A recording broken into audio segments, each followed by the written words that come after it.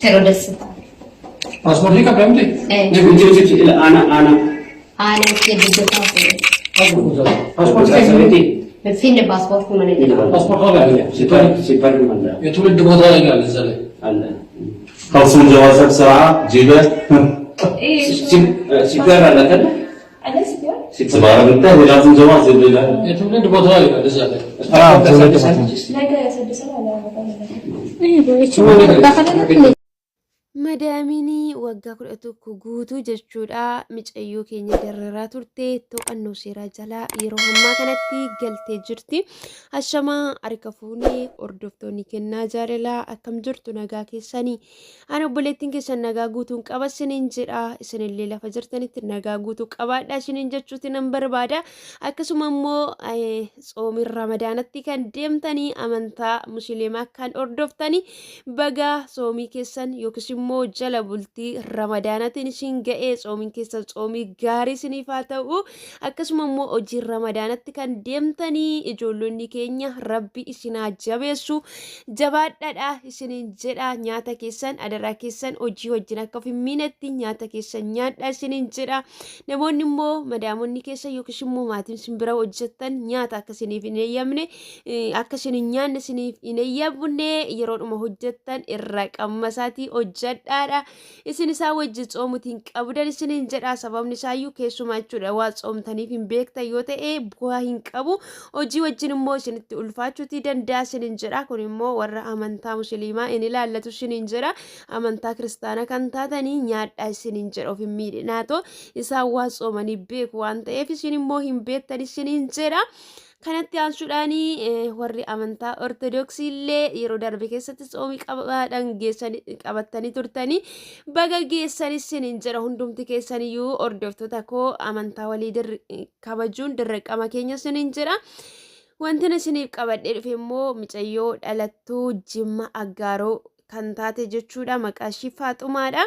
Erga biyya ishiitti irraa baatee waggaa 11 jechuudha. Waggaa 11 kana guutuu mindaa malee kan ishiin hojjechaa turte. Faaxumaanii kan ishiin argamtu biyya Baareen keessatti jechuudha.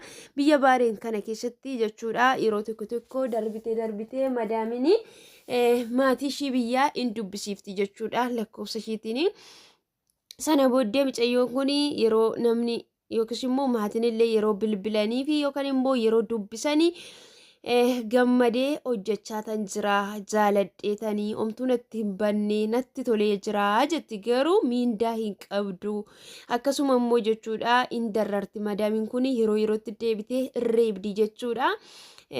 Sababa sanaa fi sodaatullee maal akka ta'eef hin beeku. Yeroo baay'ee yeroo namni bilbilee gaafate yookiis immoo maatiishis yeroo itti haasa'anii jaaladheetanii natti tolee gammadeetan hojjedhee jira jetti. Madaam ishiitillee yeroo gaafatan jechuudha warrumta afaan beekanii karaa maatiitiin jechuudha bilbiluma madaamitiin kan ishiin dubbistu itti tolee gammaddee hojjechaatii jirti. Hojjettuun koo ani waliif gallee jirra jetteeni yeroo baay'ee sodaarranillee ka'anii ijoollonni keenya mana madaamii keessatti lubbuu isaanii sababa oolfachuudhaaf jedhanii fi otuma itti tolee hin jiraatin otuma dararamanii kan isaan jechuudha nutti tolee bashannannee gammannee jiraachaa jirra jedhanii jechuudha. Wanta kana jechuudha kan isaan fo'atanii. Kanaaf obboleettiin kun waggaa 11 guutuu jechuudha mana arabaa keessatti mindaa tokko malee dararamaatti kan ishiin turte. Amma jechuudha madaam ishii to'annoo seeraa jalaa ooltee jirti jechuudha. Biiroo yookaas immoo imbaasii Baareen keessatti kan argamanii kan Itoophiyaa kan ta'een jechuudha. Kanaaf jechuudha dhugaa waaqayyo guyyaa isaa eegee jechuudha iddoo itti rakkatan iddoo itti dhokfamanii iddoo ciqileenii warra humna qabu namarra taa'e jalaa guyyaa tokko nama baasa siniin jedha. Obboloota koo hedduu tokko gammadee siniin jedha. Micayyoo kana jechuudha viidiyoo ishiillee sinii maxxanseetiin ture arguu dandeessu siniin jedha. Kanaaf obboleettiin kun akka sanatti bakka jechuudha itti affanamtee turte sana baatee jirti. Tariitoo jechuudha akka miree miindashii maal ta'e jechuuti dandeessu. Miindashii kana dura waan irra ga'e hin himamne jechuudha. Obboloota koo miindaa caalayyuu garuu guyyaan waggaan 11 hin ulfaata garuu miindaa waggaa 11 kana caalayyuu immoo lubbuudhaan iyyuu ba'uun biyya namaa keessatti gargaarsa uumaa ofiiti jechuudha. Kanaaf iyyuu bulettiin kun erga lubbuu ishiitiin baate sana booddeellee yoo kaffalte madaamin birrii waggaa kana qixxeellee waan kaffaltu miti kan ji'a tokko ji'a lama ji'a sadiiyyuu gaafa irra baay'ate of nyaatu siniin jedha obboloota koo. Kanaaf iyyuu jechuudha rabbi ishii gargaareeti jira. Baga lubbuu ishiitiin oolte yoo lubbuudhaan oolanii namni wal gargaaree gatii dafqashiillee kaffaluufii danda'a siniin jedha. Hammas immoo miindaa ishii jechuudha tarii yoo rabbi ishii gargaaree yookaan gimmaasha isaallee irraa fuudhuufii danda'u. Akkasuma immoo jechuudha imbaasiin biyya baariin keessatti argamtan micayyoo kana akka kanatti gargaartanii lafa ishiin jirtu jechuudha qottanii jechuudha lakkoofsa madaamitiin jechuudha dhaqxanii kan baaftanii otoo madaamiin hin beekin dhaqxanii irraan kan baatanii galata guddaa nu biraa qabdu siniin jedha. Ammallee hojii keessan inni nu boosse kuni itti fufee itti haafufu uummata keessaniif dhaabadhaadha. Isin uummata keessaniifi rabbi kan isin kenne siniin jedha. Akkasuma immoo imbaasonni biyyoota garaagaraa keessatti kan argamtan keessumaa jechuudha Saudi Arabiyaa keessatti ijoolleen keenya garmaleedha jechuudha kan isaan dararamaa jiran jechuudha.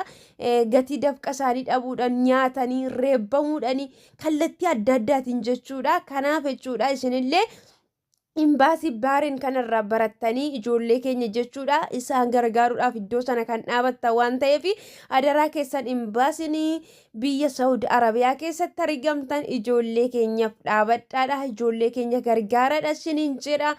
Kinoo isaan kanarraa baradhaa isiniin jedha. Dhugaa dubbachuuf hedduu tokko natti tole. Baga rabbii obboleettii keenya achi keessaa ishii baaseen jedha. Kanaaf namoonni baay'een immoo kaleessa viidiyoo gallakkisee irratti hanayyuu madaamin nama raachuuf deemti sammuun koo nama raateera jechaa turtan jechuudha. Waa'ee micayyoo Dubaay keessatti miidhamtee turte sanarratti jechuudha. Egaa obboloota koo waan hunduma keessattiyyuu yeroo hundumayyuu jechuudha uumaa keessan akka amantaa keessanitti kadhadhaa jechuudha. Maaliif obsa isiniif akka kennutti namni biyya namaa keessa jiraatu obsatu isa barbaachisa waan hunduma keessatti kaayyootu nu baachise waan ta'eef jechuudha. Yeroo immoo isaa isinitti yeroo isaa isinitti wacanis adaraa keessan kaayyoo keessaniif jedhaatoo obsa adaraa kaayyoo keessaniif jedhaatoo irraa hafaa isiniin jedha. Yeroo gurra tokko yoo dhageessan gurra tokkoon immoo jecha isaanii gadi baasaa isiniin jedha. Maaliif alagaadha waan ta'eef boru biraa galuutii dandeenya. Har'a ofii keenya dhoowwuu hin dandeenyu. Har'a obsa hin qabnu akkuma isaan nutti baasanitti aarra yoo ta'e obboloota koo sammuu keenya xiinsammuu keenyallee dhabuutii dandeenya. Fayyaa keenya irratti illee dhiibbaa qabaachuu danda'a isiniin jedha obboloota koo. Eenyullee isin hubachuutii hin danda'u. Kanaaf jabaadhatoo obsa akkasinii kennu rabbiin kadhachaa isinis immoo jechuudha obsa horadhaadha isiniin jedha. Akka bakka boru keessaa baana jechuudha obboloota koo. Yeroodhaaf jechuudha yoo iddoo kana turreyyuu boru guyyaa kanan biraati isiniin jedha. Kanaaf iyyuu jechuudha waaqayyo isa fayyaa nuu kenne iddoo kanayyuu isa nu kaa'e kana galateeffachaa boru keenyatti immoo abdii horannee socho'uu qabna isiniin jedha. Kanaaf ijoollonni mana madaamii keessaa akkuma koo kallattii adda addaatiin jechuudha hojjechaa kan jirtanii jabaadhaa mogoleessin hin bu'in isiniin jedha. Waaqayyo abbaan koo immoo isin gargaaru iddoo jirtan hundumatti isiniin jedha. Turtii keessan immoo waan na wajjin gootaniif guddaa galatoomaa isiniin jedha. Viidiyoo biraatiin deebinee amma walitti dhufnutti nagaan turaa isiniin jedha. Yaada yoo qabaattan immoo koomentii jala kaa'uutii hin dagatinaa isiniin jedha. Turtii gaarii naaf qabaadha obboloota koo. Baay baay.